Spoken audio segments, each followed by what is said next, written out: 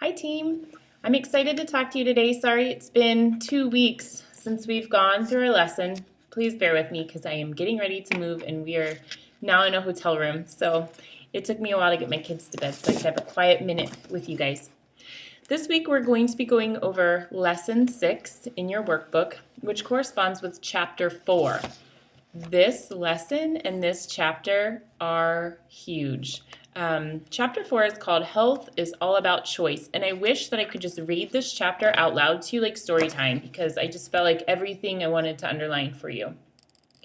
It really talks about fundamental choice, which is also above the primary and secondary choices. Fundamental choice is the choice that you have above everything else, and nothing is going to get in your way. And the example that Dr. Anderson uses that I really like, and I've heard it over and over again now, is either like a concert pianist or a violinist, some sort of athlete, that is their life mission. That is what they want in their life, and there's nothing that's going to stop them from practicing every single day. Dr. Anderson tells a story where he's golfing at the same place that Jack Nicholson was golfing, and he was watching Jack shoot the ball to the flag, and it was over and over and over and over, and the ball kept going right where he wanted it to go. It was in a perfect grouping. Well, Dr. Anderson did about 9 holes and went back for some water and realized 2 hours later Jack Nicholson was in that same place, still practicing that same shot. That's determination, that is practice. That is something that he wants as his fundamental choice, and he has the primary and secondary actions that he is doing in order to get himself to that point where he wants to be the best golfer in the world. So, starting on page 28 in chapter 4 of your textbook, the Dr. A's Habits of Health, I just wanted to read you this little quote under the heading of fundamental choice.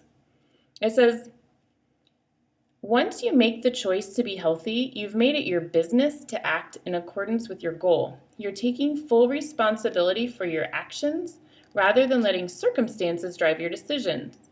You become the author of your own life story. It's important to accept the fact that no one can do it for you. You have the power to do this in your own hands, but you have to make a fundamental choice to do that where nothing else is going to get in your way." That's why I often say people need to be ready. That person wasn't necessarily ready to do this program yet because it was not their fundamental choice. I heard something a couple days ago, and it was a quote that said something to the effect, I'm paraphrasing, that don't say I don't have time for that. Say that's not a priority right now because you probably could make time for it. When something is a fundamental priority in your life, you can make time for it. Just like the person who comes home dog tired after a hard day of work, but they want to be a concert pianist, they're going to sit down at that piano, even though all they want to do is sit in front of the TV and, I don't know, have a soda or something. They're going to sit down and practice. So don't say I don't have time for that, or I don't have money for that, or I don't have energy for that. Say that's not a priority to me right now, and see how that changes your thinking. It's not a priority to me right now to get myself healthy. That doesn't sound right. That should be up there with my family and making sure that they're happy and protected and safe and freedom and all of those huge fundamental things in our life that are our rights and they should be our first priority. Health is one of them. Dr. Anderson puts on page 30 of the textbook a couple of foundations of health, including things like healthy eating, healthy weight, an active lifestyle, recuperative sleep, relaxation, all the habits of health. Creating a microenvironment of health, which means in your home. Well-being, including social activities, limited stress, a sense of purpose and meaning, spiritual health, and a personal fulfillment, and having a support system. All those things are very, very important in order to support your fundamental choice of optimal health. Okay, so now that we understand that a little bit, let's go into your workbook. Lesson 6 starts on page 32, The Power of Choice and Discipline. We're going to learn what the 3 types of choices are: fundamental, primary, and secondary. Understand the key to discipline. Find out how to place your health goals in the right focus. Examine how you see yourself and your own health right now. and determine the best perspective for your current and future health. Now, a couple of lessons ago, we did chapter 5, or you could have taken it on Dr. Anderson's website, the little test, to find out where you are right now. It's important to know where you're starting so that you can know where your goals are shooting to be up here. So to look on page 33, just write in those blanks, the 3 types of choices are primary, secondary, and fundamental. I like the quote at the very, very bottom there too. It says, nothing tastes as good as thin feels. So just kind of having that, I really like that quote. That conversation, we've talked about this conversation before about the banana split, having it in your mind. Yeah, I want it. Well, I shouldn't have it, but I really want it. Just make it, nope, that's not what I'm doing right now. That's not a priority. I don't eat that way. Okay, let's turn to page 34. He wants us to talk about next time. What did I do wrong last time, but what can I do next time? Previous choices and some next time actions. I wrote a few down, and I thought maybe they would be good examples for you as well, so I'd like you to write some down. But mine were, I went to a restaurant just hoping that they would have some lean and green options, and they didn't, so I was stuck. So next time, I will look at the menu online and determine if that restaurant will work for me, and if not, I will suggest a new place that will support me being on plan. I took a bar and went to an appointment. It ended up taking so much longer than I anticipated. I needed to eat again, but I didn't have another meal or even enough water. So next time, I will keep 2 or 3 meals or a whole box of bars in my car, in my bag, and I'll bring my water bottle to refill. There's water fountains everywhere. There's sinks. You can get some water and refill your bottle. This is one of my favorite things to say to people. Talk about just be mindful of your actions. Be mindful, be mindful. He even puts on page 34, mindlessness is the enemy. But equipped with awareness and the hierarchy of choice, you are in charge. That is so important, being in charge. So, the key to discipline. Willpower is not always going to work. You can't always just say, I'm going to do it, I'm going to do it. Oh, the first temptation, it didn't work. Maybe you've gotten to the point where you avoid making choices at all because it's just been too hard. That lack of decision, that's a choice. That's still a choice, and it's not serving you well.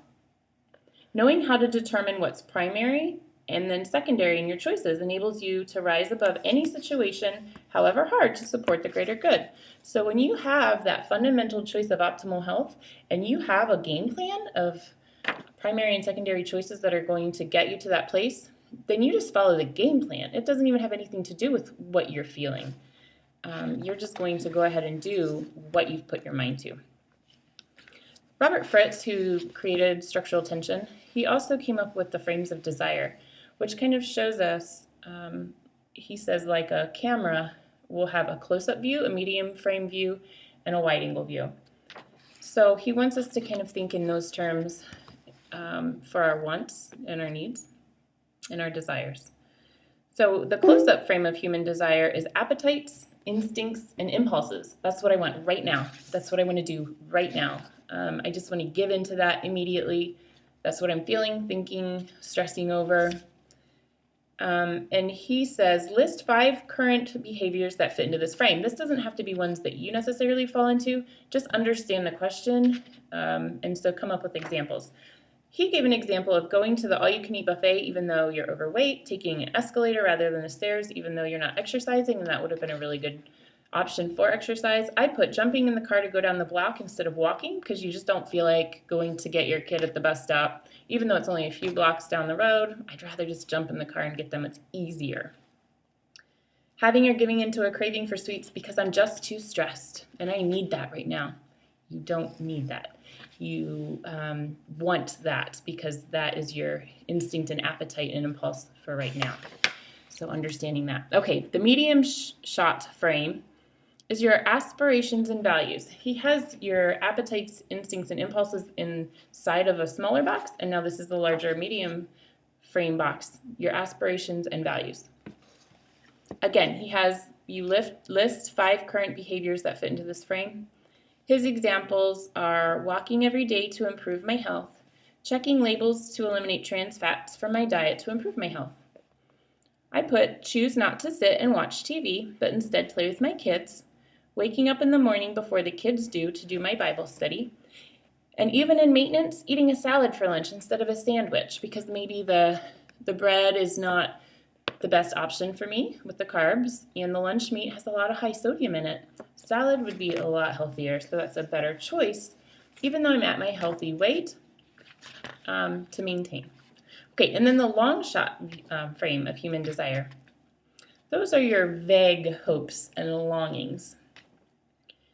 He asks us to list 5, and his examples are, I'm going to start sleeping better when I change jobs. It's just too hard right now. I'll start eating vegetables when it gets warmer. It's not exactly season for that. I put, it'll be easier to start working out once the kids are in school. That's mine. I say that all the time. And I'll stop eating baked goods and drinking beer when I leave Germany. We only live in Europe once. And I hear that a lot with my Europe clients. However, yeah, you only live in Europe once, but you live in Europe for 3 years. So be careful, because I have people call me all the time. Lauren, I got to Germany 6 months ago and I'm already 30 pounds heavier. So be very, very careful with some of those excuses. Okay, your frames of reality. So he just has you go through now and write down what you are in as your close-up frame, your medium shot frame, and your long shot frame of reality. What are some things that you struggle with or that you do well? I really put the same thing down in the close-up frame as I did back here on page 35, jumping in the car to go down the block and giving in to the cravings for sweets. I kept that the same. Okay, but on the next one, when have you identified a repeated behavior that wasn't in your best interest? I know for me, when I go to our mall here in Germany, the KMC, I can't help myself. I always want to go to the bakery for a coffee. It's not even about baked goods for me, but that coffee, man, with the latte, they have it so good. I have to be very careful. Maybe I should make it a choice either to not go to that wing or to just go in, get what I need, and get out, to not meander through the mall, because I am very tempted to go over there every time. Or you could say, whenever I hang out with so-and-so or such and such, I always want to meet them for drinks or at the bakery. Maybe that person always kind of pulls you to a place or to do a thing that you don't necessarily want to do or wouldn't be in your best interest. Whenever Ed works late nights or he's TDY, I tend to stay up late. I don't go to bed as early as I normally would.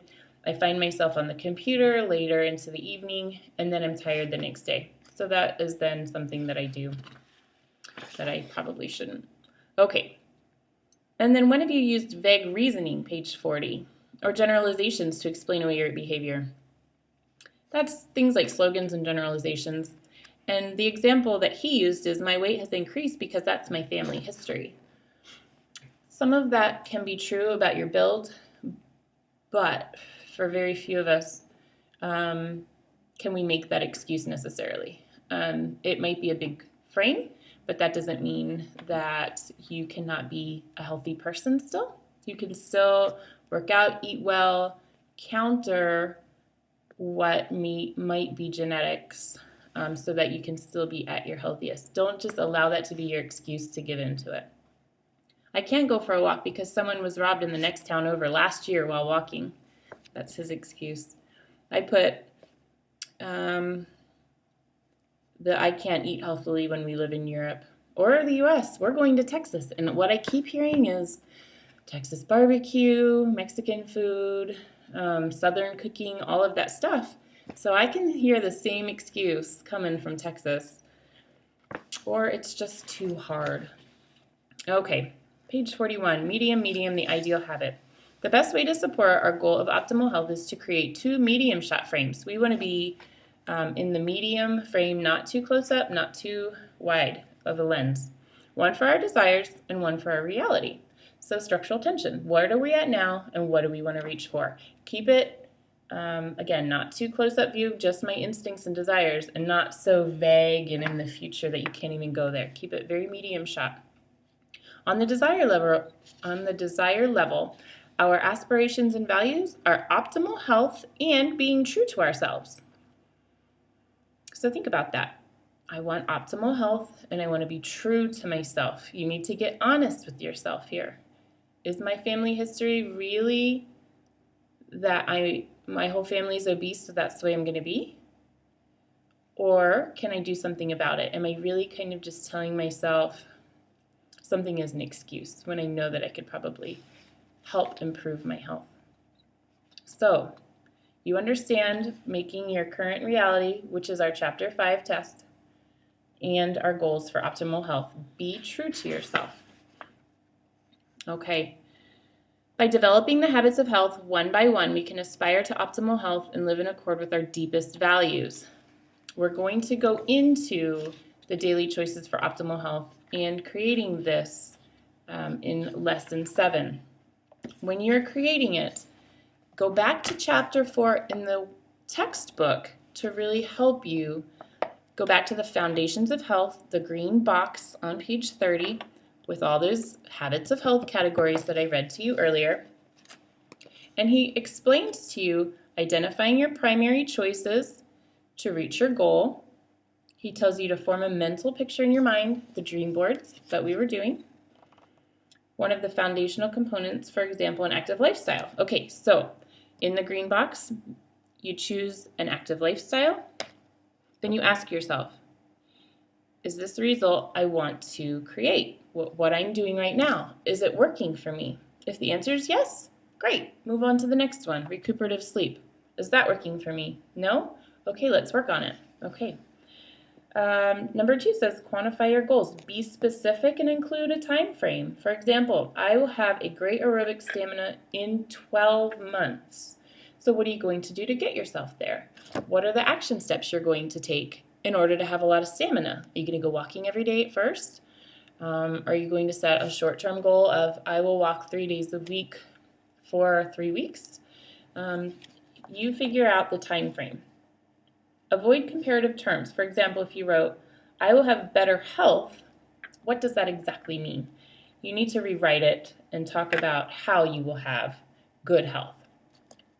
Make sure you're focusing on creating health and not on solving a problem. If you just say things like, I want to eliminate this diabetes medication, you need to rewrite it to say, I want to be healthy with my blood sugar levels low. Those other kinds of things of eliminating the medication are automatically going to come. So really thinking in the positive and thinking about how you can create health, not just eliminating problems. Because once you eliminate that problem, then it's just gone. And there's no reason to still keep striving. Okay, so what I want you to do then is to start thinking about each one of these categories or these habits of health and to come up with a structural tension chart for them. Either do it on a piece of paper or even just in your mind, thinking about each step. Oh, that's good, that's not so good, and how can I improve it? Okay, that's all I'm going to talk about today. He does talk a little bit about how the little choices you make in your day are very important. That is so, so true. So choosing a salad today is not necessarily going to make you healthy, but choosing a salad every day for lunch will eventually make you healthy. Taking the steps today might not change your heart health, but taking the steps every day for 5 years will. So make sure that you really understand that every little choice you make, positive or negative, will affect your health.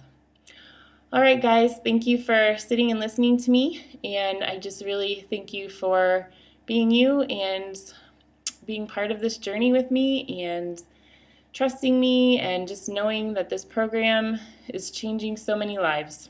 You guys just make me so proud, and I love just being a part of this.